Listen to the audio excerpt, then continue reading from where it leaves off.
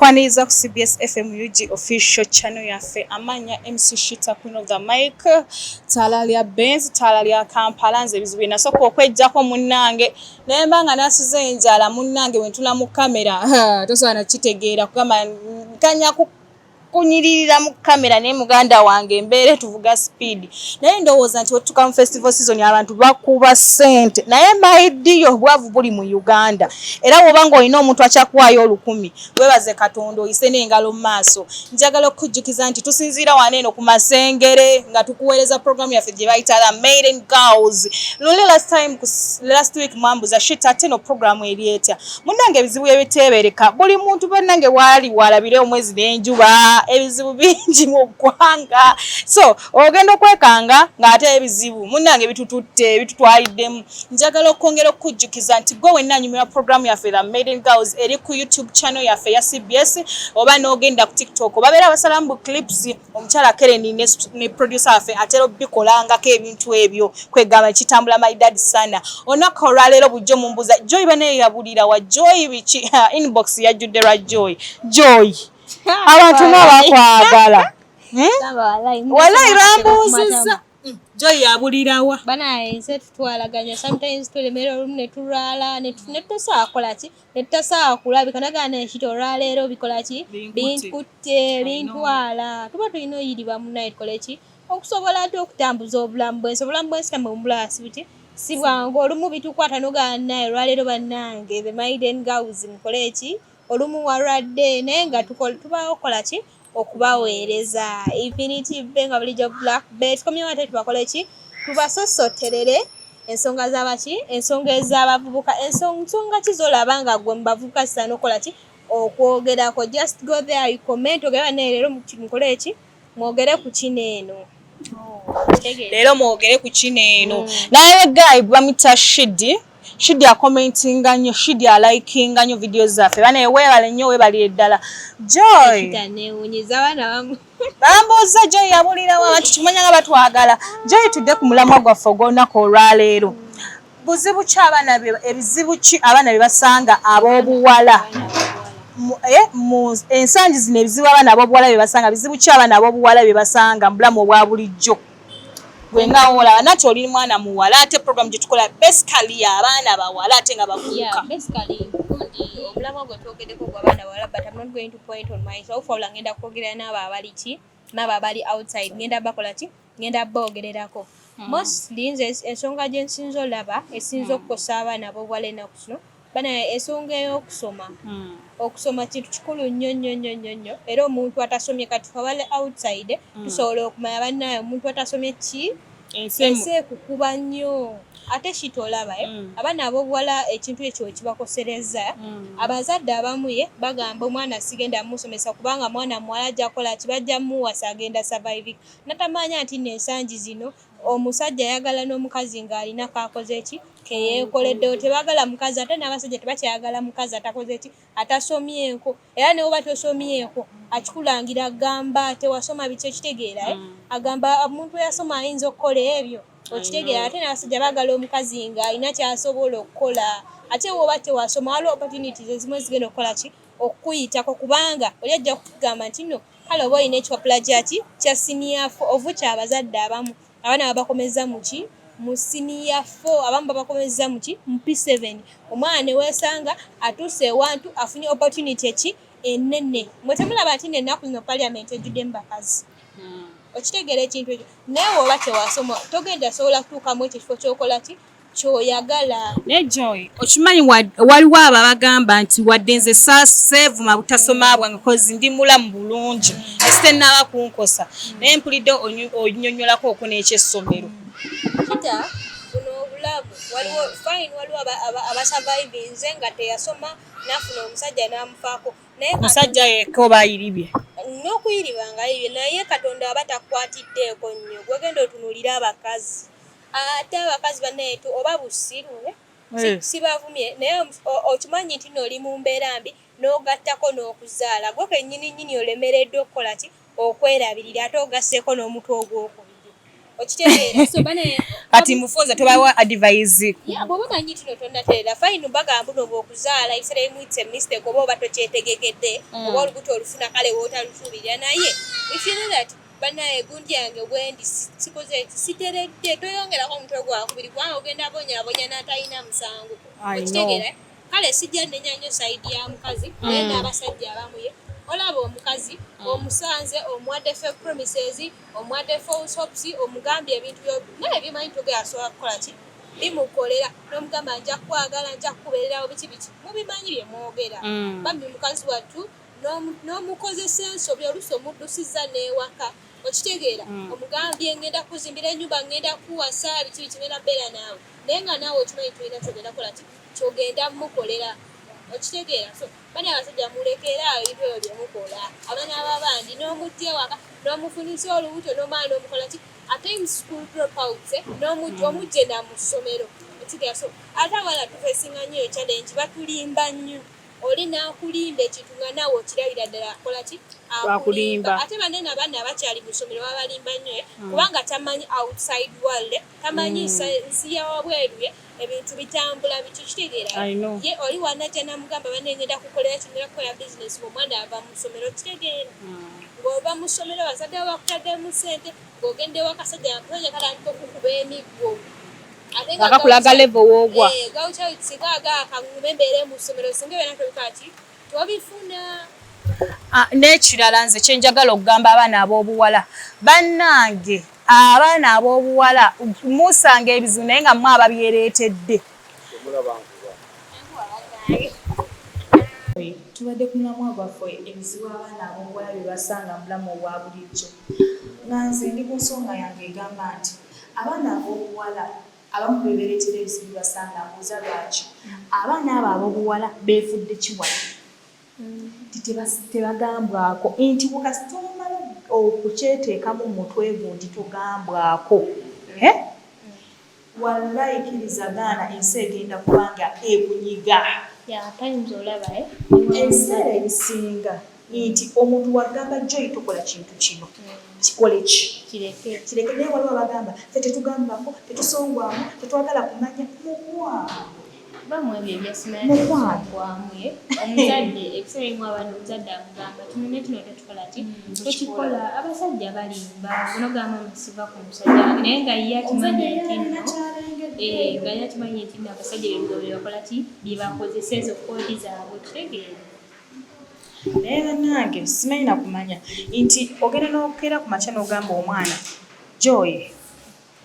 entambula gy'otambula oba ennyambala gy'oyambala si nnungi naye gwe n'olemezaamu maama kankugambe ebyo byali byadda tolina engeri ki gy'osobola tugamba maama gwokyali ku mulembe guli eri ogwa analog for us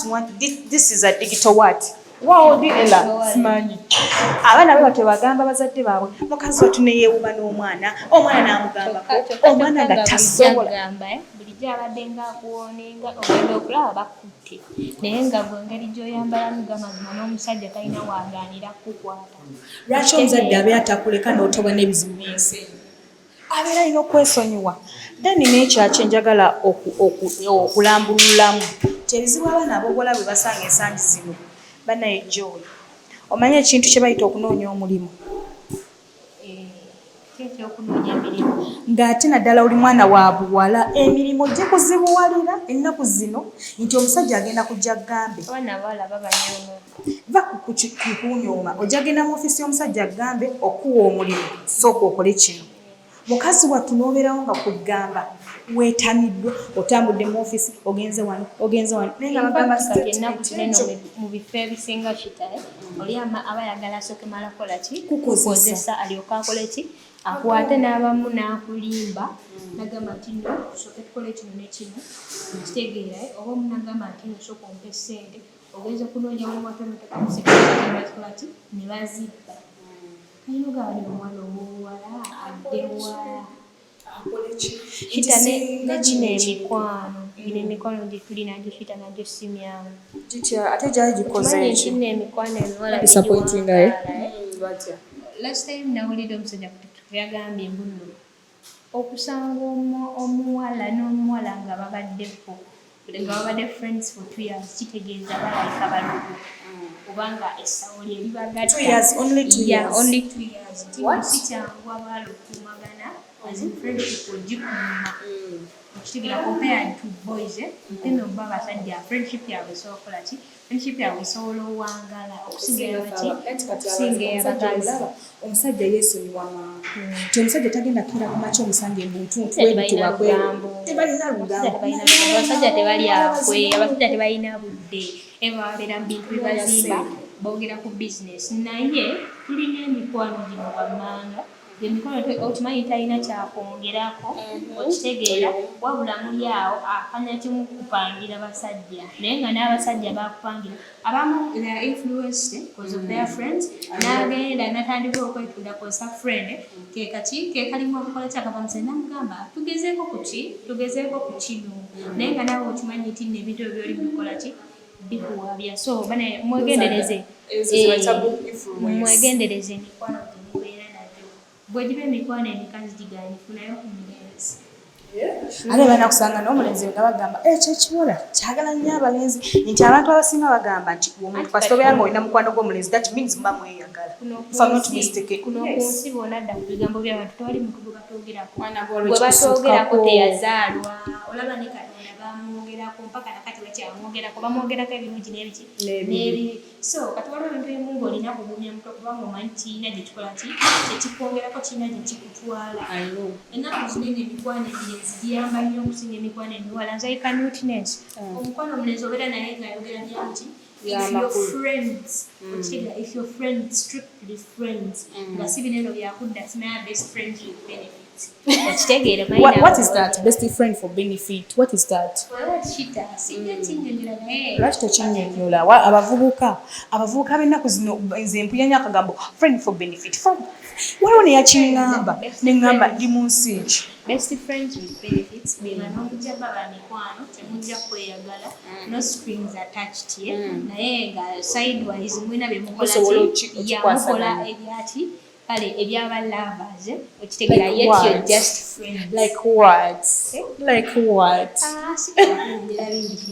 Sirimba, best friends with benefits. Since that's what I know. Abasinga bagamba buno tuli ba best friend naye nga mweje mutabera bayina ebintu byakola ki byebakola mmwe bye mutamanyi. That's it nze kyemmanyi omanyi nayabaddeko we nabadde jjo. Waliwo omwami yabadde emyaka nga 35 ng'alina stories zaatunyumiza. Then the man was like mwe baana muli baana bato naye okubeera abaana abato nti ate obulamu bwammwe bwa bbeeyi naddala mu abaana ab'obuwala. Lwaki yakyogedde nti fe abaana ab'obuwala twegomba naye twegombe nga ne tetusobola byetuusaako. That means yes ti omwana ow'obuwala yajja kulowooza omusajja nyina embeere nona mitwalo 4 kwegomba butabeera nga toli mumativu. Ingeni wadia bagenda sanga omuwala wa myaka 2 agenda kugira omusajja wa myaka 5. Yabera taata jajjaawo sina tata wabula jajjaawo leo olaba nno biyaso wabela bekomu oba wadengo bibuya buulizi abaana gye bali olwokuba you want someone who is going to fulfill your desires. Olaba basiba bagamba kera kumcha genda okole tonyoma mulimu gwonna genda okole ki genda okole bwonna amanya nti nno ssente eribweti okitegeera beera n'akasente k'omunsawo omwana w'obuwala bulona beera n'akasente k'omunsawo tujja kunyongera bw'obadde okola weekasho zaffe zekintu zigenda nti bagamba not waiting for someone to give you buli wonaabeerawo nga waiting for someone to give you ogenda beeraawo okole n'ekintu ky'otaakole kitegeera obbe omwana w'obuwala bakusanga engobba waliwo omuwala gwe bakwata mu kamera ngabba essimu naye oyagala iphone tosobola gyetuusaako naye bwekera ku makya tonyooma kalimu okuba kutambuza mmere gikole ki gitambuze. Joy, there is this point also ti abaana ab'obuwala basanga ekizibu ekirala kye bayita okubanga mu Luganda bakiyita okukabasanyizibwa like okubanga oli bamurepins yes bamukozesa naye nga ate talina that ability evaayo kwogera yes okuba nga alina offa kikisiiriza alina offa kikazi nga talina yes ekyo nakyo kizibu abaana ab'obuwala bakifeesinga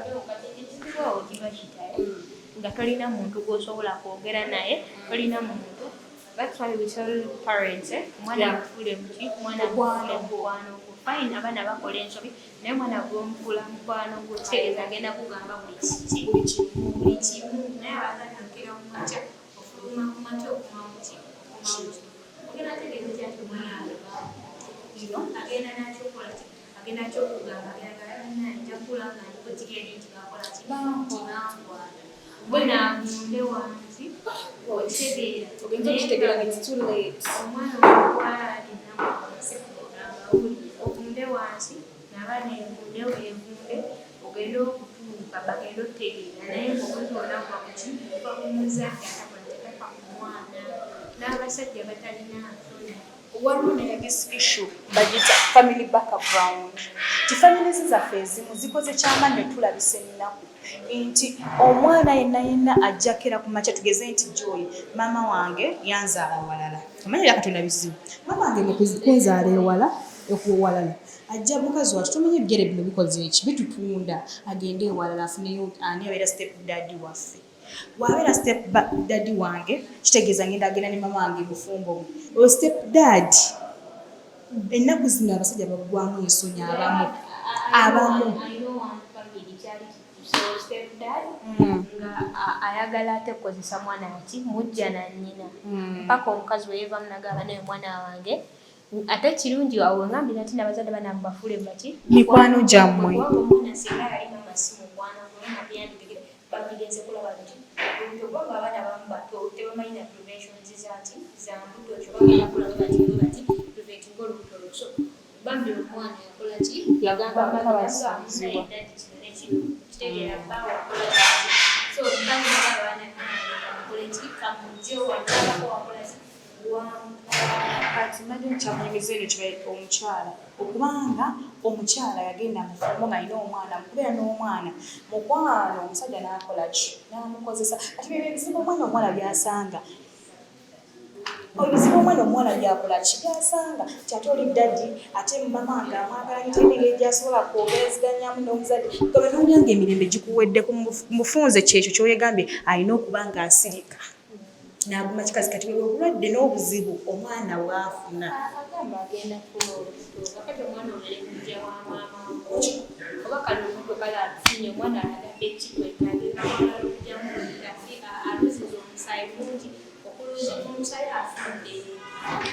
bana watafudde bafunye ekyalwala oba alwadde fistula nene ebirwadde by'abakazi omwana obuwala ye by the Joy katugendeko omulamba bakama ffe tukomeo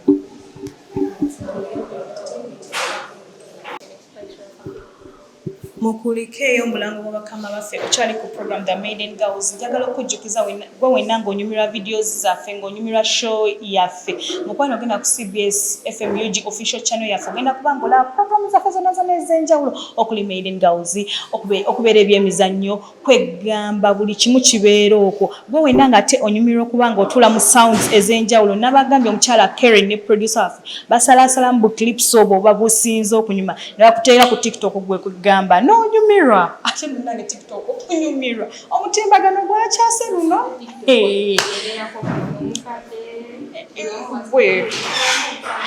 ze sikirabanga nako Joy omanyi mu program yaffe the Maiden Galz tubeeramu ne entertainment n'obunyomero obw'enjawulo mulimu entertainment mulimu fashion kati mu entertainment I want to start with this one okimanyi Joy omanyi oluyimba lwa Lil Puzzle ne Bruno K Maybe bayita boys dormitory. Title limba sinadi. Kubanga nze sirikali nyifana. Gye bukeeredde Lil Puzzle manyi kyakoze yagenze ku police n'alumba makeup artist yamukubye makeup mu video. eno kala ndala ate liri puzzle ina kala eri gye ngisinga okwagala ng'eyiyo naye katukegamba bagenda ne bamuteekamu mu kala zinene ez'aba Zarina yagambe tosobola nakuwa ssente zange tosobola kunkola bintu bino nze liri puzzle nze siki ne munfaananya gundi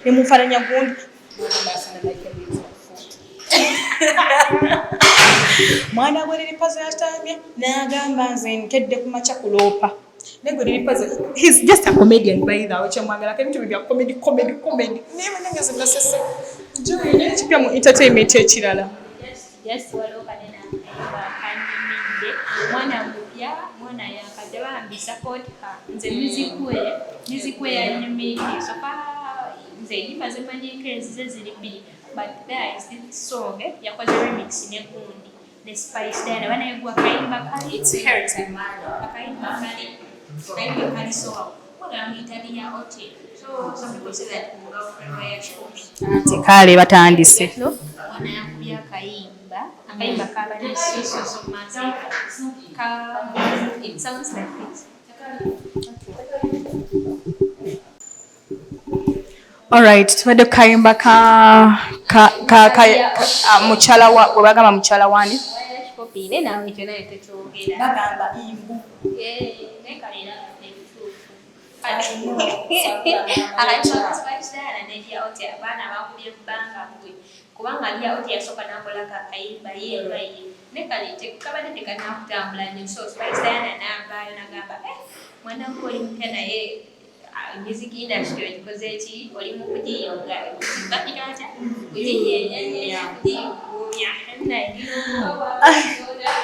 Joy, tugendeko mu kanyumiro kaffe aka fashion. What do you have in fashion?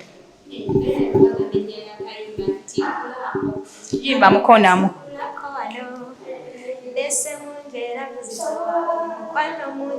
Kinyankolo oba kisheshe.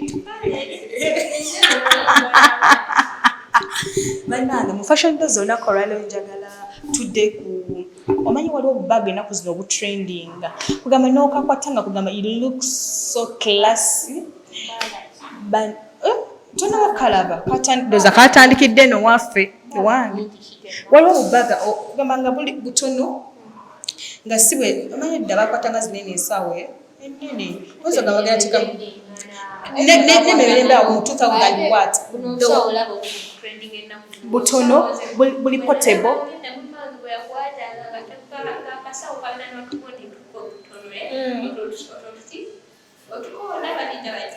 otukono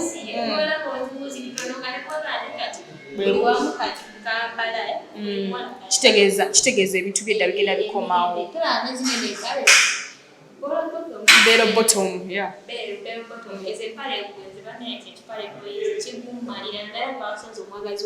yeah ate nga alinako ne bode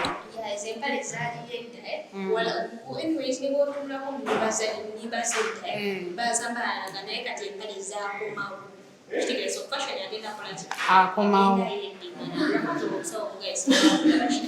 buliko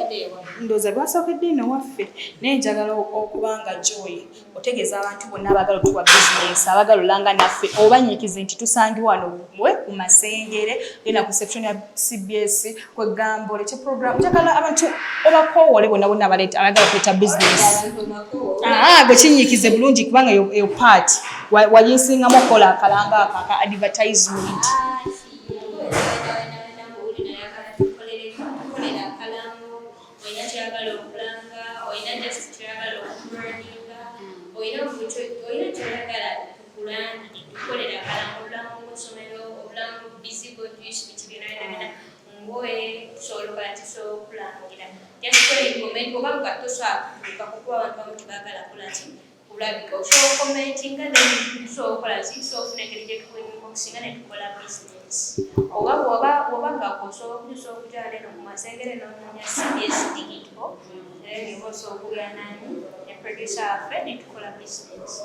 Alright. Njagala tusiibula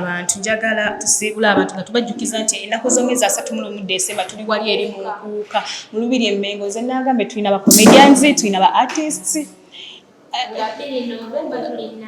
tulina ba artists, tulina ba MCs, tulina ba presenters abenjawulo. Oyagala kulaba ku presenter, oyagala kulaba ffe ba Maiden Galz mukwana situmulumu December tugenda wa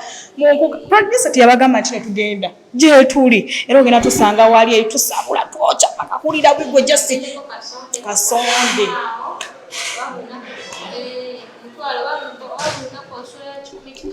paka ngenda kozamaza asatu mulumu December wanatukudango mutwalo bwo buli wa kuke wasine waggulu